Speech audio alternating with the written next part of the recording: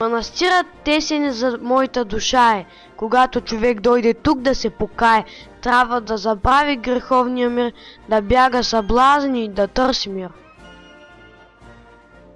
Че благата дума, че правото дело, че светата правда изказана смело, че ръката братска, без гордост, без вик, подадени скришно на някой клетник, са много по-мили на Господа вишни от всички химни и тропари лишни.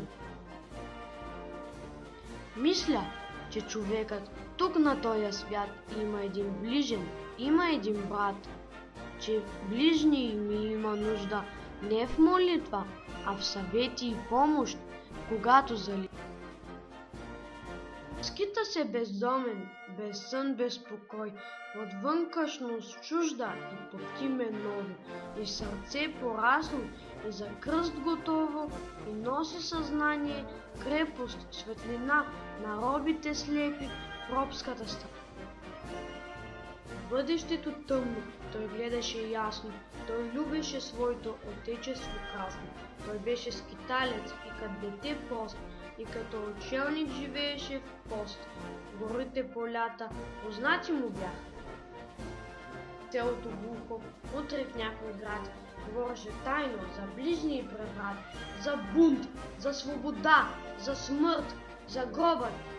И че време вече е да възстане робът, че щастлив е ония, който дигне пръв народното знаме и пролее кръв, че трябва твърдост, кураж, постоя, че страхът е подлост, гордостта пиянство, че равни сме всички в големия час, той внасяше бодрост в народната свяст.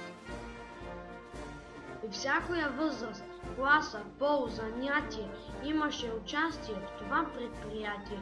Богати и с парите, сиромахът с трудът, момите с иглата, учени и с...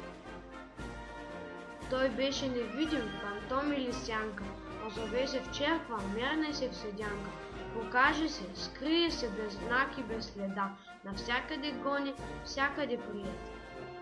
От лицето му мрачно всички се бояха, селените пости, светец го зовяха, избрани сдушени в тайни места, слушаха с трепет, с зяпнали уста, неговото слово сладко и опасно, и тям на душата ставаше по-ясно.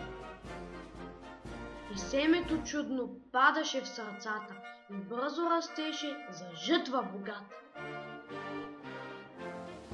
Той биде предаден и от един поп, той е мръсен червяк, той е низък кроп, то с позор за Бога, той петнал на храма, дякона погуби чрез черна измама, на кого ръката не благословия, а издайство свърши и гръм не срушия, и че името не ще спомена, от страх моята песен да не оскверна.